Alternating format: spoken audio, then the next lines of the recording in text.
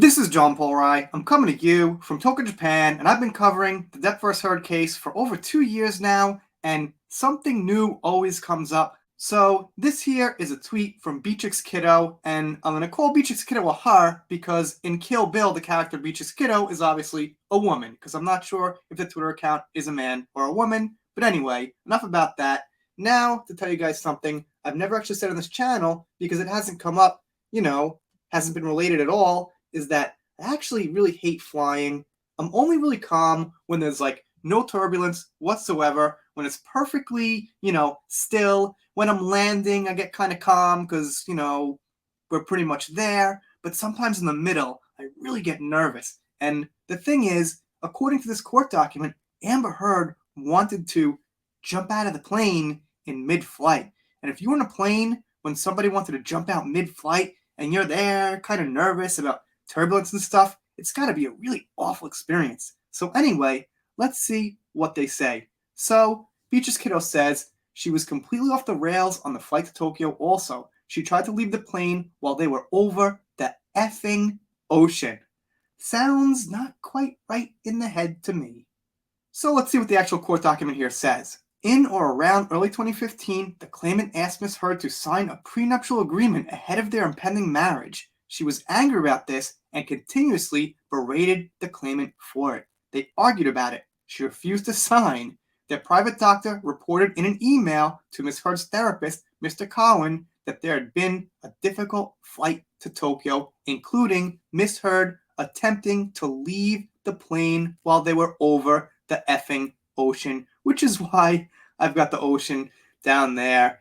Now, when someone's in that state of mind, I guess she thinks she's going to jump out into the clouds and be forgiven for all her wrongdoings by the sky god, or maybe she thinks that she's going to drop into the ocean and her hero Aquaman will save her. Or she was just a little bit out of it with some kind of substance or something like that, maybe some red wine or a lot of red wine. Let's see what some people are saying. Well, this is actually a reply by Beatrice Kiddo herself, but it's pretty useful. It says, "No wonder they had to send her back from Australia with a strong man in case she kicked off again. I bet they had the Tokyo flight in mind." And this looks like it's a clip from an Incredibly Average video, if I'm not mistaken. Ben has said he'd go with her, but Chrissy said, "May I ask it be you or Malcolm? It has to be someone stronger in the case she kicks off." Yeah. So it looks like they were scared to take Amber places, that Amber was going to do things like threaten to jump out of an airplane, stuff like that. As we know, she said Johnny isolated her or kidnapped her in Australia or something. But when you hear stories like this, it really makes those stories that she's saying against Johnny seem a little bit out there and really not possible, since Johnny has lived his whole life of decades without anybody actually really accusing him of anything remotely like that.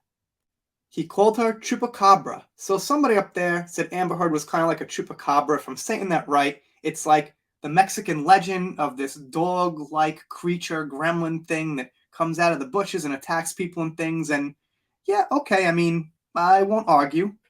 Anyway, that's about what I got for you guys today. Figured this was a nice tweet to report on, pretty interesting, and I'm sure maybe some of you have heard about this, but like I said, there's so much going around that the information just doesn't all stay there, and the case is coming up soon, so it's nice for some throwbacks, stuff like that.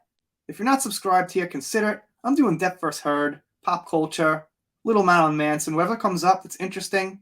And if you don't subscribe, I'll be sad, but I'll get over it. We're done for now. See you next time.